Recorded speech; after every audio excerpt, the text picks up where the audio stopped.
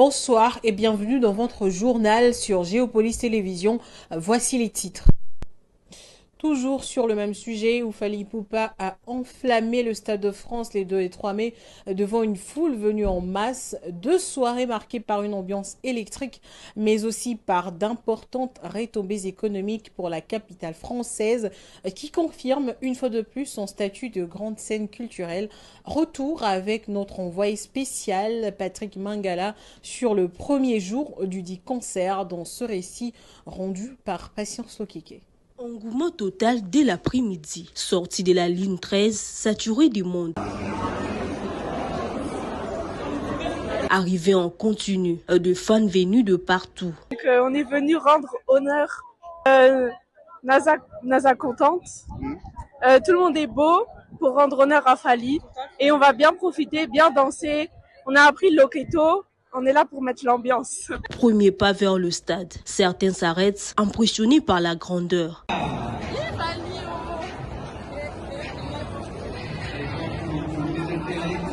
L'attente s'y prolonge. Jusqu'autour de 20h30, tout s'accélère. Les lumières tombent, la foule explose. Les concerts démarrent, ambiance électrique malgré une fine pluie.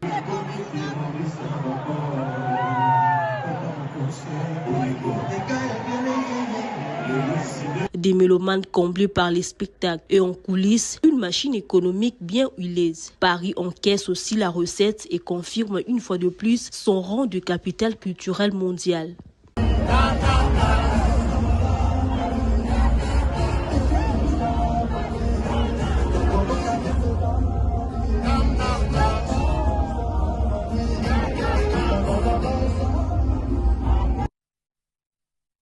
En sport, le paysage électoral de la Fédération congolaise de football association se redessine à quelques semaines du scrutin. Chabani Nonda a officiellement retiré sa candidature à la présidence le samedi 2 mai, laissant entrevoir un boulevard pour Véron Mosengo Omba, désormais considéré comme le favori. Blaise Ouzola nous en dit plus.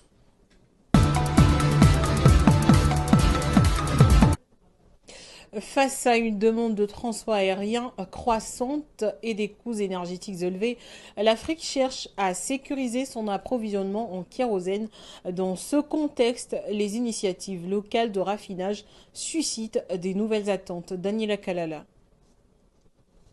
La raffinerie de pétrole Dangote a commencé à livrer directement du carburant d'aviation à Ethiopian Airlines, selon de propos attribués par la presse locale à son directeur général David Beard. Ces développements qui surviennent dans un contexte de tension sur les marchés mondiaux du carburant s'inscrivent dans une dynamique plus large visant à renforcer l'autonomie énergique de compagnies aériennes africaines. Celles-ci importent encore l'essentiel de leur kérosène à des coûts élevés, souvent supérieurs d'au moins 17% à la moyenne mondiale, ceci depuis avant les tensions récentes sur les prix. Selon l'association de compagnies aériennes africaines, les carburants représentent entre 30% et 40% de charges d'exploitation des transporteurs du continent contre une moyenne mondiale oscillant entre 20% et 25%. Cette pression structurelle pèse lourdement sur la compétitivité de l'industrie aérienne locale. Au Nigeria, les données du National Bureau of Statistics illustrent la volatilité du marché. Les pays ont importé pour 31 milliards de naira des carburants d'aviation au premier trimestre 2024, en baisse de 87% par rapport aux 239,18 milliards de naira d'importation au quatrième trimestre 2023. Dans le même temps, la raffinerie Dangote affiche une capacité de production estimée à 24 millions de litres de carburant d'aviation par jour, soit bien au-delà de la demande domestique nigérienne évaluée à environ 2,1 millions de litres quotidiens. Une large part de cette production est cependant expédiée vers l'Europe où la demande augmente à l'approche de la saison estivale. Cette orientation vers l'exportation contraste avec les tensions observées sur le marché nigérien. L'industrie aérienne locale a encore récemment frôlé une paralysie sur fond les flambées de prix du kérosène. Regroupée au sein de l'Airline Operator of Nigeria, les transporteurs ont dénoncé une hausse d'environ 300% de prix, passé de 900 naira à 3300 naira, alors que l'évolution de cours internationaux était estimée à près de 30%. Une situation qui a conduit les autorités à instaurer un plafonnement de prix fin avril,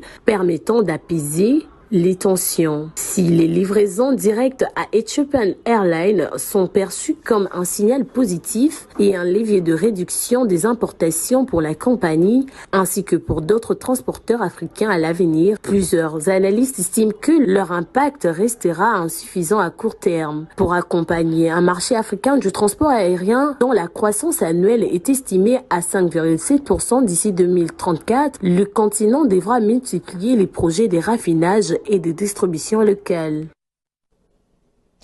Et puis, le Kenya est le premier producteur de lait en Afrique subsaharienne.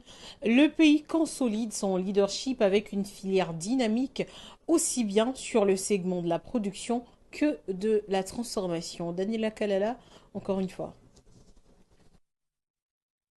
5,5 millions de tonnes, c'est le volume de lait frais produit au Kenya en 2025, selon les données compilées par le Bureau national des statistiques du pays, KNBS, dans son dernier rapport annuel d'enquête économique publié le 30 avril dernier. Le stock annoncé marque une progression de 3,5% par rapport à l'année précédente et une troisième année de hausse consécutive de la production laitière du pays. Il signe en outre un nouveau record pour la filière. Si les KNBS n'expliquent pas les raisons de cette embellie en 2025, on sait que Nairobi déploie depuis 2023, à travers le Conseil laitier KDB, une feuille de route pour la durabilité de l'industrie laitière sur une période de 10 ans. Les interventions prévues dans le cadre de cette stratégie sont axées sur l'amélioration de l'accès des éleveurs aux aliments pour animaux et aux services vétérinaires, avec pour objectif de doubler la production journalière de lait frais par vache à près de 14 litres. Parallèlement, les segments de la transformation se renforcent. Selon les rapports du KNBS, le volume de lait transformé dans le pays en 2025 a augmenté de 13,4% d'une année sur l'autre pour atteindre 700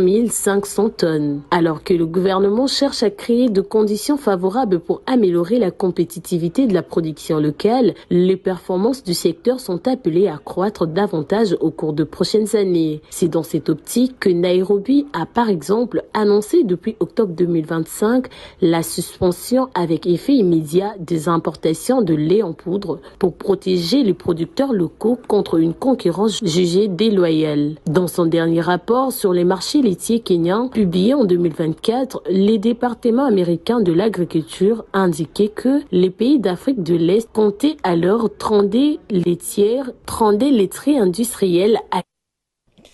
Une autre façon de vous informer dans ce journal, c'est avec la revue de presse dans une lecture faite par Blaise Couzola.